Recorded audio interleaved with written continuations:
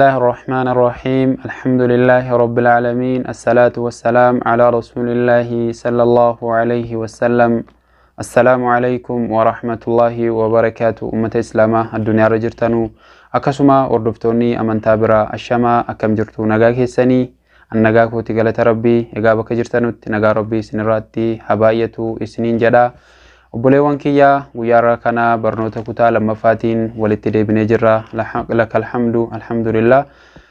إغا قويا سغنتا كتا تقفا كيستي وائي لولا أهودي إلى اللي تريجي چودا ديفاما قويا لولا أهودي مال أكتاي تري فرد ميكا غالا ميكا لولا مي أما اللي قويا لولا بدري سنة واحدو إلى اللي تريجي چودا إغا أكسوما التانسيني برنوتا كينيا كتا لما فا كيستيس kanak inde fadde isini dhufe jira haga xumura qophii kiyyaatti nafaana turaan afeerraa kiyyaan isinin jedha. Namoonni haaraan gara chaanaalii kootii dhuftan like share subscribe gochuudhaan maatii keenyatti dabalama. Namoonni maatii taatanii jirtan immoo like akka gootanii hiriyoottan keessan bira geessanuun isinin jedha. Namoonni haaraan dhuftan illee subscribe yeroo gootanu mallattoo notificationii sana tuqaatii all ka jedhurra godhadhaa isinin jedha. Egaa gara barnoota keenyaatti dabarraati turtii gaarii nafaana turaa isinin jedha.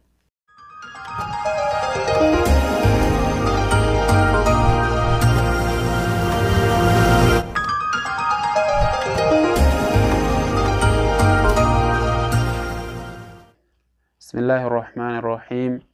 غافين توقفان أكس جدا جتشودا قبوفتني جرتومي إيقا أبوليوان كيا غافين توقفاني أنس ابن مالك وقامي كجراتي جرا.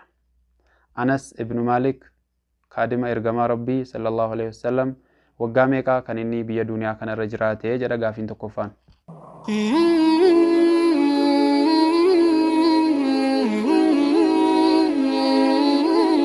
deebiin waggaa 120 addunyaa kanarra jiraate jechuudha. Anas ibn Malik ergama rabbii kan waggaa 10 kaddamee ture ni beektu hundi keessanuu. Addunyaa kanarra kan inni jiraate waggaa 120 jechaadha. Gaaffii lammaffaa. Sahabaan gaafa gazuwaa lola Uhudii janaabaan manaa bahee lola deemee maleekaan dhiqani eenyu maqaan isaadha?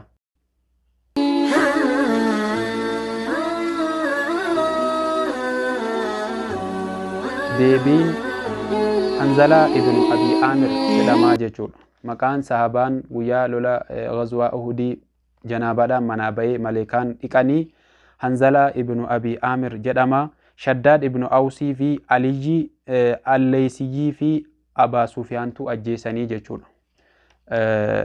Hanzalaa ibn Amir kanaa jechuudha. Isaan lamaan ajjeesanii. Gaaffii sadaffaa. Na wajjiniin jirtaniimi? Gaafa sahabaa keessaa kan isaa quraana qara'aa jiru maleekaan dhaggeeffatan maqaan sahabaa sanaa eenyu jedhama? Isaadha quraana qara'utti jiru maleekaan dhaggeeffataa turanii jechuudha quraana isaadha. Sahabaan sun maqaan isaa eenyu jedhama?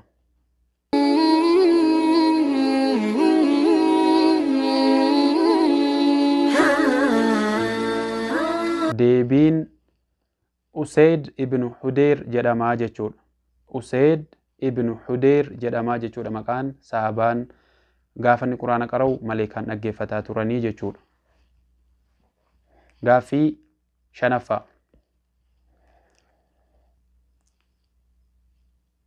Obboleettiin Umar ibn al-Khattab radiyallahu anhu maqaan isiidha eenyu jedhama?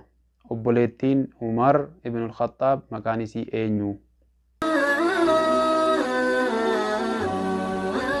deebiin Nusaybaa bintu Ka'abii jedhamti jechuudha. Obboleettiin Umar ibn al-Khattab egaa khaliifaa lammaffaa ashara al-mubasharaa keessaa lammaffaa irratti argama. Warra khaliifaa arfanii irraa inni lammaffaa irratti kan argamu. Obboleettiin isaa Nusaybaa binti Ka'ab jedhamti jechuudha. Gaaffiin ja'affaa.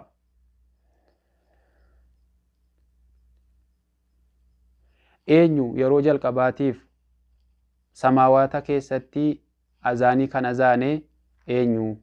Yeroo jalqabaatiif azaaniin eessatti azaanamee jedha. Yeroo jalqabaatiif azaaniin eentu azaanee eessatti azaaname? Jedha gaaffii ja'affaan. deebiin jibriiltu samaawata keessatti azaanee jechuudha. Yeroo jalqabaatiif kan azaanii azaanee maleeyikaadha. Jibriiltu samaawata keessatti azaanee jechuudha. Gaaffii torbaffaa. Sahabaa kami kan Jibriil salaamataa itti qara'ee? Sahabaa keessaa Jibriil salaamataa kan inni jedheen eenyu maqaan isaadha?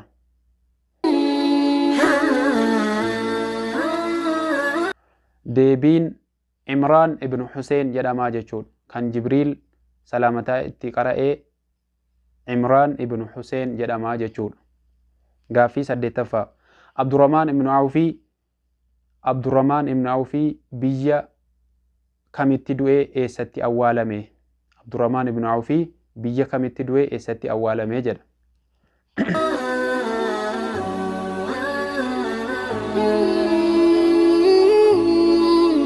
Deebiin biyya Joordaan magaalaa Amaan keessatti du'ee achitti awwaalame jechuudha. Waggaa 1408 dura biyya Joordaan keessatti jechuudha kan inni du'ee achitti awwaalame jechuudha.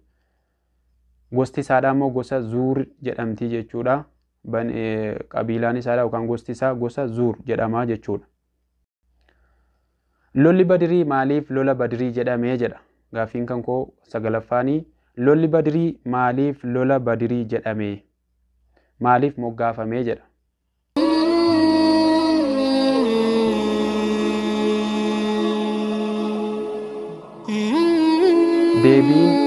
Deebiin dirree keessa biirii wayitu jiraaf Badir jedhamee jechuudha. Dirree lola Badirii keessatti lolli Badirii keessatti geggeeffame sana keessa dachee yookaan biirii wayitu jiraafiyyi Badir jedhamee moggaafamee jechaadha. Sababaan inni moggaafameef sababaa dirree sana keessa biirii wayii jiruufi jechaadha.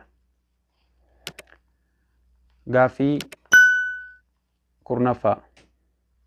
Rasuuli Rabbii sallallahu alaihi wasallam yeroo jalqabaatiif wadu'a eenyu barsiisanii? Ergamaan Rabbii yeroo jalqabaatiif wadu'a akkaataa itti wada'atanu eenyuun barsiisanii jedha.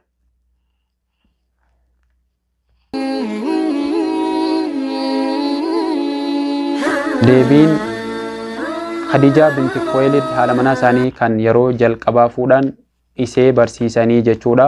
Namni isaan jalqaba wadu'a salaataa barsiisan Khadijaadha jechuudha. Gaaffiin kaxumuraa yookaan kadhumaa eenyu Qur'aanaan Musaahafa Shariif jedhee moggaase eenyudha? Qur'aanul Kariim egaa Al-Furqaan kan jedhamu kan Rabbiin Qur'aana samaawataa buusee Musaahafa Shariif jedhee kan moggaase eenyudha? Namni maqaa kanatti moggaase.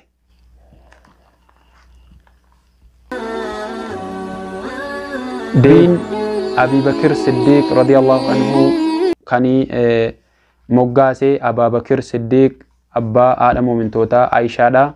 Isaan tiyyi Musaahafa Shariif jedhanii moggaasanii jechuudha. Musaahafa Shariif jechuun kabajamaa jechuudha jechuudha. Maanaan isaadha. Kabajamaa jechuudha. Egaa dhaggeeffattoottan kiyya sagantaan qabadhee ar dhufe kana fakkaata. Haga xumuraatti warri naa wajjiniin turtan jazaakumullahu khair. Guddaasaa galatoomaa isiniin jedha. Warri viidiyoo kana daawwataa jirtan hundi keessanuu isin hundiyyuu shamaran jenne dhiiran jenne xiqqaa guddaan jenne akka sheer naaf gootanu akkasuma gaaffii biraallee yoo qabaattan koomentii kana jalatti naa barreessaa. Dogongora yoo qabaadhes bakka kanatti dogongortee jirtadhaati naaf sirreessaa. Namoonni beekumsa qabdanu egaa amman beekuun isiniin gayanis bakka itti dogongore immoo naaf sirreessuun isinirratti ajiraatu dirqama isiniin jedha. Egaa haga barnoota biraatiin walitti deebinu nagaa rabbii keessanaa jiraadha. Wassalamu alaikum warahmatullahi wabarakatuh. Yoo viidiyoon kun immoo isinitti tole akkam viidiyoo biraa hojjedhuufis amilee naaf ta'a. Yaada yoo qabaattan koomentii irratti ergaa biraa yoo qabaattan illee gara WhatsApp kootiitiin illee naaf barreessaa isiniin jedha. Haga qophii biraatii walitti deebinu nagaan naa jiraadha. Ciao. Bye bye.